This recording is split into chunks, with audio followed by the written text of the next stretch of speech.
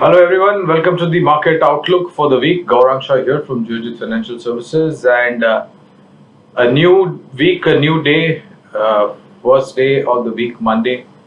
Markets gave a thumbs up to the unlocking 2.0 in the larger cities like Delhi, Maharashtra, and likewise other cities and states in India. Uh, 52,300 and above is where the Sensex is trading. 15,700 plus on the Nifty spot. Though when we started off the day, it was with a little bit of small green tick, if I can say that, lighter shade of green. But as we progress towards the end of the trading day, markets were showing healthy signs.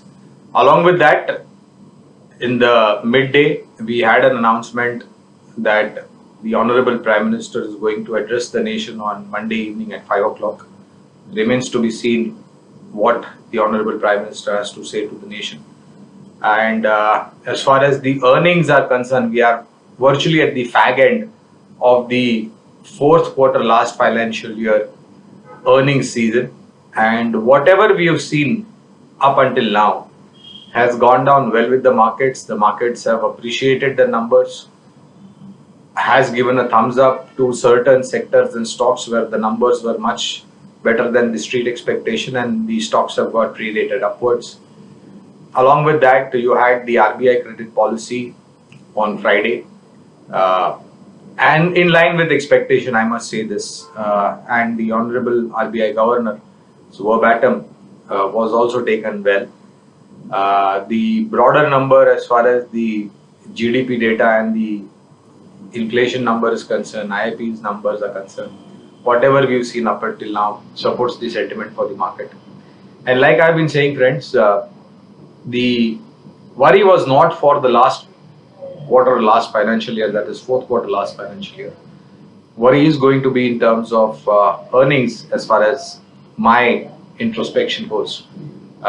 It will possibly be the first quarter this financial year, and in case if we don't have that third wave and restrictions being imposed again, then we might have a better shade for the second quarter in case if everything goes well and if everyone has COVID appropriate behavior.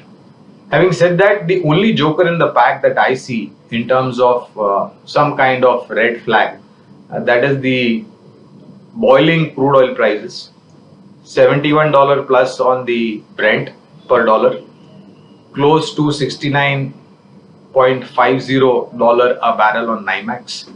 And this is where things gets a little bit uglier, if you will. And our dependency, as we've discussed earlier, is almost about 70-75% plus for our energy requirement. Though the rupee is stronger against the dollar, we are virtually at 72.75, 72.80. This means that if you have to adjust the rupee strength against the dollar and the rising crude oil prices in terms of dollar per barrel, then there should be some respite. But unfortunately, we have almost crossed over 100 rupees a litre mark on petrol, like we spoke last time, and closer to 93 rupees a litre as far as diesel is concerned. The anticipation is that there is likely possibility that the OPEC nations and nations other than outside OPEC are likely to throw in more crude oil given the bump up in crude oil prices, and you are also going to see the output of gas also going up.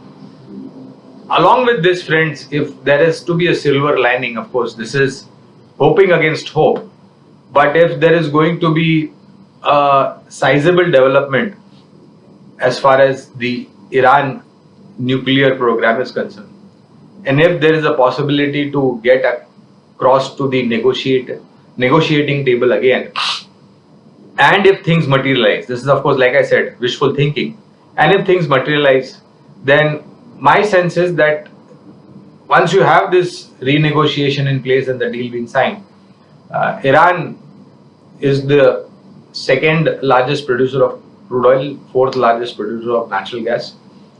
And if that has to come into the international market, then there is a possibility that crude oil prices might start to subside a little bit. But again, this is all wishful thinking from my side. This is all news based kind of indicators, but all depends upon what negotiation, when, and what is the deal that will finally be signed, sealed, and delivered.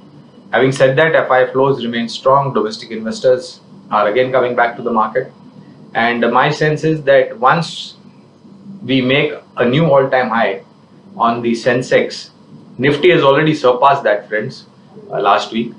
Sensex is trying to reach there, and my sense is that possibly this week, if nothing goes wrong and if everything is stable as far as domestic and global news flows, that is local and global news flows is concerned, then we might have Sensex also reaching the all-time high peak that was made and possibly overcoming that and making a new all-time high. There is a chance, like I mentioned, after these levels on the higher side being met, or when we go closer to these levels, there might be a sense of profit booking. We might see some consolidation, which I have always mentioned is very, very healthy. So try to buy the dips, stay with known companies, don't get to uncharted territories, unknown waters. Buy quality, don't buy quantity is the mantra that I always tell investors to follow. And my sense is, and of course, not to forget, friends, we have spoken about this. Monsoon at 98% plus long-term averages for the third or the fourth consecutive year. I think this also augurs extremely well. But again, zeroing down to that same thing, if we have to have more unlocking coming, if we have to have the new normal setting back, then we have to behave ourselves, COVID appropriate behavior, follow the standard operating procedure, maintain social distancing, wear a mask, and not overcrowding. I think if we follow all this, then the new normal will be sooner rather than later. I expect the rupee to possibly strengthen towards 72.50 over the next couple of days and weeks. And as far as the crude oil prices are concerned, I think once it has made a new all-time high for the last 1-2 years, I expect some kind of retracement as far as crude oil is concerned. For the markets, profit booking is always healthy. Look at buying on dips and of course buying into strong, well-managed companies. Stay healthy, stay safe, and I pray to Lord Almighty for good health to all of you all.